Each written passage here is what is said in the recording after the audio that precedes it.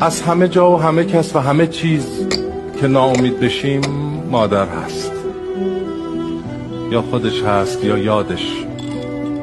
بعضیامون از آب و گل که در میایم فکر میکنیم که برای خودمون کسی شدیم، فکر میکنیم خبریه، میریم و پشت سرمون رو نگاه نمیکنیم.